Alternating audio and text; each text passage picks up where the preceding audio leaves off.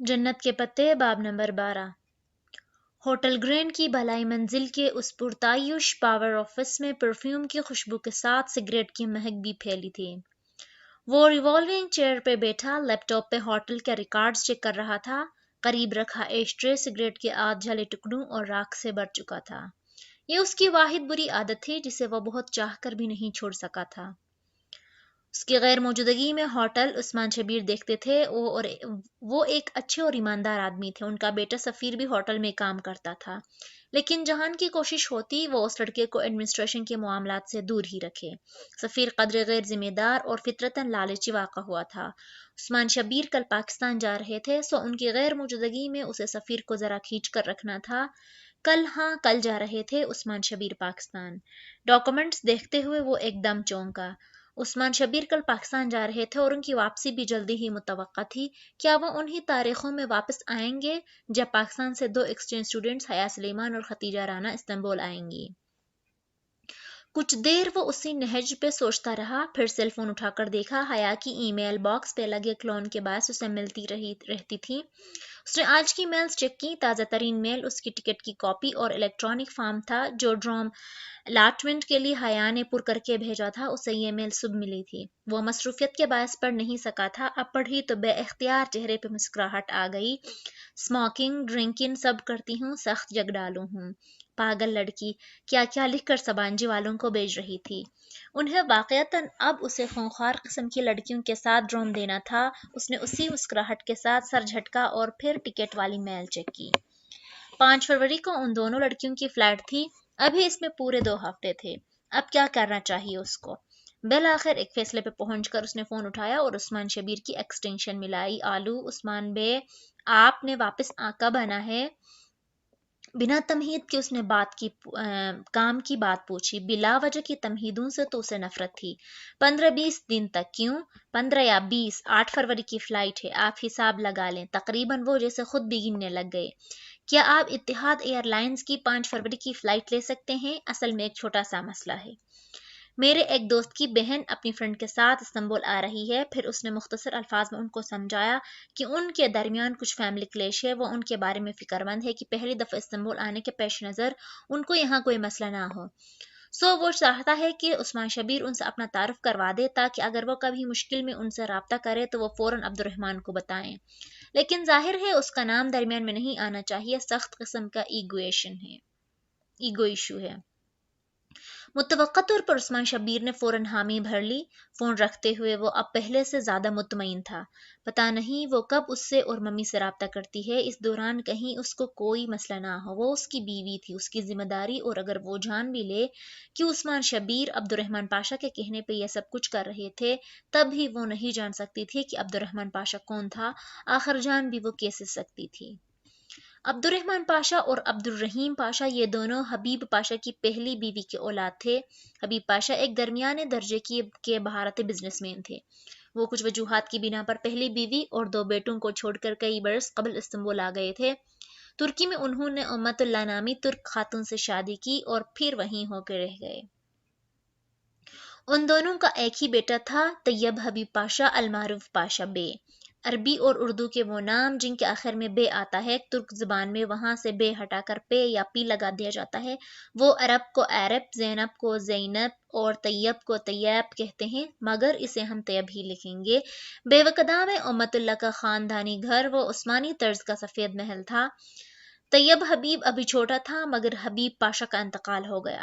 تب امت اللہ اپنے بیٹے کو لے کر اناطولیہ کی ایک گاؤں چلی گئیں جہاں ان کے رشتہ دار رہتے تھے۔ یوں وہ گھر بند ہو گئے۔ کئی برس وہ بند رہا۔ پھر طیب حبیب نوجوانی کے دہلیز عبور کرتے ہی فکر معاش کے خاطر ادالار پہ آ گیا۔ اس نے وہ گھر کھولا اور پھر ایک شہزادے کی طرح جینے کی خواہش کے ساتھ بے وقدا میں رہنے لگا۔ دور اناطولیہ کی ایک چھوٹے سے گاؤں میں بیٹھی اس کی سادہ سی ماں نہیں جانتی تھی کہ وہ ادالار میں کیسے لوگوں کے ساتھ اٹھتا بیٹھتا ہے۔ امت اللہ نے بہت دفعہ چاہا کہ وہ بیٹے کے پاس بے وقدا چلی آئیں، مگر طیب حبیب نے ایسا کبھی نہ ہونے دیا۔ اس کی کمزوری اس کی ماں تھی جو اسے بہت عزیز تھی، اور وہ جانتا تھا کہ جس دن اس کی ماں کو علم ہوا کہ وہ مافیا کا حصہ بن چکا ہے، اس دن اس کی ماں مر جائے گی۔ ترک ڈرگ اور آرام اسمگلنگ مافیا اپنی میں سیلاب تھا۔ برطانیہ میں پہنچائی جانے والی 80% ڈرگز ترکی کے راستے سے ہی آتی تھیں، البتہ ادالار کا مافیا اطالوی یا سسیلین طرز کا مافیا نہیں تھا۔ اطالوی مافیا فیملیز مضبوط اور منظم طریقے سے ایک علاقے میں کام کرتی ہیں۔ لوگ کسی منظم فوج کی طرح درجہ بدرجہ اس میں عہدے پاتے ہیں۔ اسی طرح کی مافیا فیملیز کو ٹریک کرنا اور پکڑنا پولیس کے لیے آسان ہوتا ہے۔ اگر اطالوی یا سسیلین فیملیز کے کسی ممبر کو کچھ بھی ہو جائے تو فیملی وہی رہتی ہے اور اپنا کام جاری رکھتی ہے۔ ترک مافیا ایسا نہیں تھا، وہ روس کے قریب ہونے کے باعث روسی مافیا کی طرح کام کرتے تھے۔ روسی فیملیز ایک علاقے میں اٹھتی تھیں، کچھ عرصہ وہاں وارداتیں کرتی تھیں اور پھر غائب ہو جاتی۔ کچھ عرصے بعد چہروں کے نقاب بدل کر وہ کسی دوسرے علاقے میں اٹھتی اور یوں ان کا کام جاری رہتا۔ ان پہ ہاتھ ڈالنا پولیس کے لیے بہت مشکل ہوتا تھا۔ اطالوی مافیا کی طرح وہ قدیم طرز کے جرائم نہیں بلکہ جدید جرائم جیسے سائبر کرائم، جعلی کمپنیاں، کریڈٹ کارڈز، فراڈ، اسمگلنگ وغیرہ میں ملوث ہوتی تھیں۔ یونان سے ترکی اور ایران کے راستے ایشیائی ملکوں بالخصوص پاکستان میں بڑے پیمانے پر اسلحہ اسمگل کیا جاتا تھا اور بعد میں یہی اسلحہ دہشت گردی کی وارداتوں میں استعمال ہوتا تھا، جس کی وجہ سے متاثرہ ممالک کی ایجنسیوں کے قابل ایجنٹس ان فیملیز نے پینیٹریٹ کر کے ان کا اعتماد جیت کر ان کے شپمنٹس کی مخبری کیا کرتے تھے۔ کسی کو نہیں معلوم ہوتا تھا کہ کون سا آدمی اصلی مافیا ممبر ہے یا کسی دوسرے ملک کا جاسوس۔ طیب حبیب نے اپنی مافیا فیملی میں جگہ بنا لینے کے بعد دولت تو بہت کمائی، ساحل سمندر ایک اونچا سا ہوٹل بھی کھڑا کر لیا، مگر وہ ان لوگوں میں سے تھا جو بہت زبوں حالی کے بعد لکشمی کو اپنے قریب پاتے ہیں تو اپنا ماضی اور احساس کمتر چھپانے کے لیے خود پر کسی جدی پشتی رئیس کا خول چڑھا لیتے ہیں، بلکہ خول چڑھانے کی کوشش ہی کرتے رہتے ہیں، کیونکہ فیشن خریدا جا سکتا ہے مگر سٹائل نہیں۔ طیب حبیب کو وے اور ہنس کے درمیان پھنس کر رہ گیا تھا۔ زندگی کا ایک لمبا عرصہ چھوٹے لوگوں کے ساتھ گزارنے کے باعث وہ ذہنی طور پر آج بھی اسی کلاس میں تھا۔ بھاؤ تاؤ کر کے خریداری کرنے والا، کسی ڈھابے نما ہوٹل کے شیف کے ساتھ بیٹھ کر ملکی حالات پہ تبصرہ کرنے والا، خود بھی وہ ہوٹل میں اپنے پاور آفس کے بجائے نیچے کیبن میں پایا جاتا تھا۔ ہوٹل کو اس نے کبھی اپنی مافیا سرگرمیوں کا مرکز نہیں بنایا تھا اور وہاں ایک شریف آدمی کے طور پر جانا جاتا تھا۔ اس کی اسی فطرت کے باعث اس کے ورکرز اس سے خاصے بے تکلف تھے۔ یہاں پہ اگر اس نے مصنوعی خول میں دراڑیں پڑنی لگتی تھیں تب ہی اس نے خود کو پاشا بے کہلوانا شروع کر دیا۔ ترکی میں عموماً پہلے نام کے ساتھ ہی پکارا جاتا ہے، جبکہ ادالار میں آخری نام کے ساتھ مسٹر کہلوانا خود پسندی اور تکبر کی علامت سمجھا جاتا تھا، مگر طیب حبیب کبھی نہیں جان سکا کہ انسان کا قد اپنے نام یا قلب کی وجہ سے نہیں، اس کے اخلاق اور کردار کی وجہ سے بڑا ہوتا ہے۔ طیب حبیب نے اپنی مافیا فیملی میں ایک عرصہ بطور فیملی ممبر کام کیا، مگر پھر زیادہ پیسے کے لیے انہوں نے جہان کی ایجنسی ڈیلنگ شروع کر دی۔ بہت جلد وہ ان کے مہرے کے طور پر کام کرنے لگا اور پھر اس نے اپنے تمام اختیارات استعمال کرتے ہوئے اپنے ایک ساتھی ایجنٹ کو اپنے سوتیلے بھائی کی حیثیت سے اپنی فیملی میں متعارف کروایا۔ عبد الرحمن پاشا، جو واقعی اس کے سوتیلے بھائی کا نام تھا، جہان سکندر نے یہ نام استعمال کر کے بہت جلد طیب حبیب کی فیملی میں اپنا مقام بنا لیا۔ فیملی سے مراد اس کا خاندان نہیں بلکہ مافیا کا گروہ تھا، اور چونکہ اطالوی مافیا نہیں تھا اور اس میں کیپو اور میڈ میں نہیں ہوتے تھے، سو اسی روسی مافیا میں اپنی جگہ بنانا بہت مشکل ثابت نہیں ہوا۔ پیسہ اس دنیا کے اکثر مسائل کا ریڈی میڈ حل ہوتا ہے، زندگی اور خوشی کے علاوہ اس سے ہر چیز خریدی جا سکتی ہے۔ طیب حبیب اور عبد الرحمن ایک ڈیل کے تحت بھائیوں کی طرح کام کرنے لگے تھے۔ طیب نے اپنی ماں سے ملوانے بھی لے گیا تھا اور وہ اچھی طرح جانتا تھا کہ ایک سادہ لوح عورت کو اپنے نرم رویے اور محبت بھرے انداز سے کیسے اپنے لیے موم کرنا ہے۔ امت اللہ اس کے بارے میں بس اتنا جانتی تھی کہ ان کے بیٹے کا دوست ہے اور اس نے ان کی بیٹے کی جان بچائی ہے، جس کے بعد اس کے احسان مند تھی۔ چونکہ وہ بیوہ قدام میں نہیں رہتی تھی، اس لیے طیب کو یہ سب ان کو بتانے میں آر محسوس نہیں ہوئی تھی۔ وہ سب سے جھوٹ بول سکتا تھا مگر آنے سے یہ بات نہیں چھپا سکتا تھا۔ حبیب پاشا کے انتقال پہ ان کے دونوں بیٹے انڈیا سے یہاں آئے تھے اور بھلے درمیان میں کتنے برس گزر جائیں، آنے کو ان کی شکلیں اور رنگ اچھی طرح یاد تھیں۔ وہ جانتی تھیں کہ عبد الرحمن ان کے شوہر کا بیٹا نہیں ہے، مگر جب ان کا اپنا بیٹا بے ضد تھا کہ اپنے دوست کو اپنے بھائی کے طور پر متعارف کروانے میں اس کا فائدہ ہے، تو وہ بھی اس بات کو نبھانے کے لیے راضی ہو گئے۔ ویسے بھی عبد الرحمن ایسا بیٹا تھا جیسا وہ طیب حبیب کو بنانا چاہتی تھی۔ اس کے اقدار، تہذیب، اخلاق، غرض ہر شے آنے کے لیے فخر کا باعث تھی۔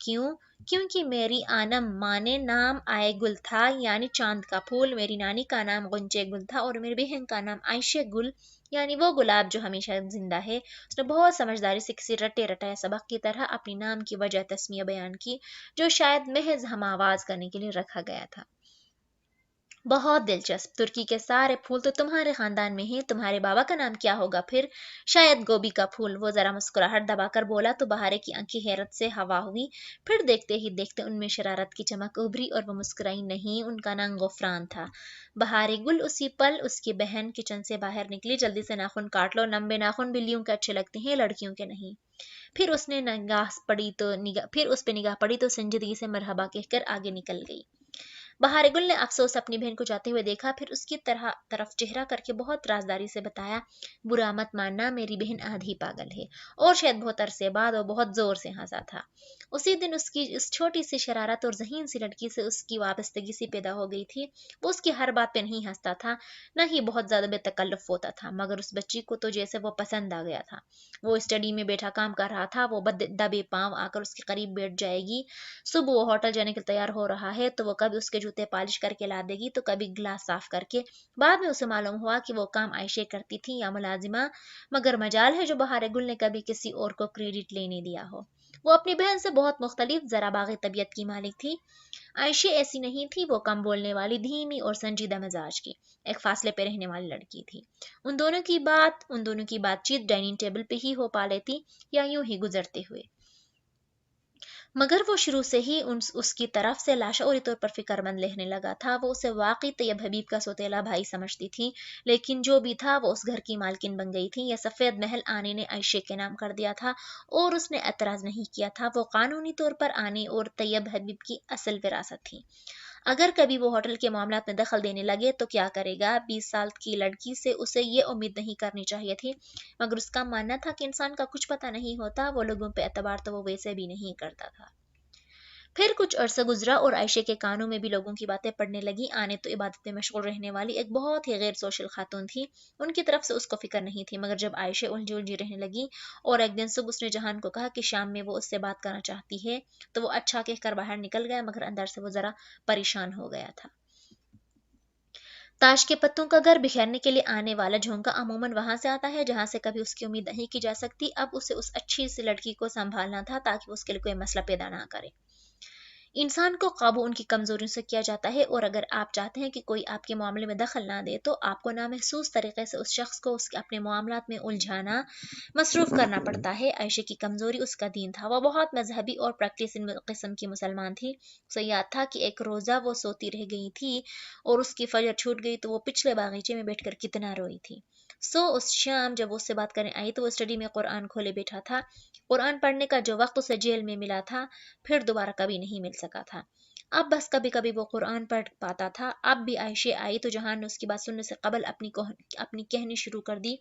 وہ جانتا تھا کہ عائشہ کے نزدیک اسکارف لینا زندگی اور موت کا مسئلہ تھا، اور بہار گل اس چیز سے سخت بیزار تھی۔ اس نے سورہ احزاب کھولی اور اس سے پوچھنے لگا کہ کیا وہ جانتی ہے کہ سورہ احزاب میں آیت حجاب کیوں اتری ہے، اور یہ کہ ایک پہیلی ہے۔ ویسے تو سورہ نور بھی آیت خمار ہے، مگر اصل آیت حجاب سورۃ الاحزاب میں ہے، کیا وہ یہ پہلی حل کر سکتی ہے؟ یہ بات بہت پہلے اس نے کسی اسکالر سے سنی تھی، البتہ اس نے اسکالر کا پورا لیکچر نہیں سنا تھا، اس لیے وہ خود نہیں جانتا تھا کہ ان دو چیزوں میں کیا تشبیہ ہے۔ مگر عائشہ اپنا مسئلہ بھول کر اس بات میں اٹک گئی۔ اس کے بعد جہان نے اسے اپنے متعلق پھیلے خبروں کو دشمنوں کی پھیلائی ہوئی افواہیں سمجھ کر نظر انداز کرنے پر بہت اچھے سے قائل کر لیا۔ عائشہ جب اس کے پاس سے اٹھ کر گئی تو اس کا ذہن شکوک و شبہات سے خالی تھا اور وہ صرف سورۃ الاحزاب کی پہلی کے بارے میں سوچ رہی تھی۔ پھر وہ روز صبح پچھلے باغیچے میں قرآن اور ایک کاپی لے کر بیٹھ جاتی اور قلم سے اس کاپی پہ خدا جانے کیا کیا لکھتی رہتی۔ ایک دن اس نے آخر جہان کو وہ پہلے بھی اپنے طور پر حل کر کے بتا دی، اب وہ اسے دوبارہ کیسے مصروف کرے۔ خیر، اس نے حل نکال لیا۔ شبیر عثمان کی بیگم حلیمہ جو دیسی کے بچوں کو قرآن پڑھایا کر لیتی تھی، اس نے عائشہ کو وہاں بھیج دیا اور وہ تو جیسے اپنے سے لوگ ڈھونڈ رہی تھی، اور وہ روز صبح ادھر جانے لگی۔ بہار نے البتہ جانے سے صاف انکار کر دیا تھا۔ عائشہ کو مصروف کرنے کے لیے اس نے یہ بھی چاہا کہ وہ کالج میں داخلہ لے لے، مگر ان دونوں کا تعلیمی سال اپنے گاؤں میں چھوڑنے کے بعد ضائع ہو گیا تھا، وہ دونوں مصر تھیں کہ وہ اگلے سال داخلہ لیں گی۔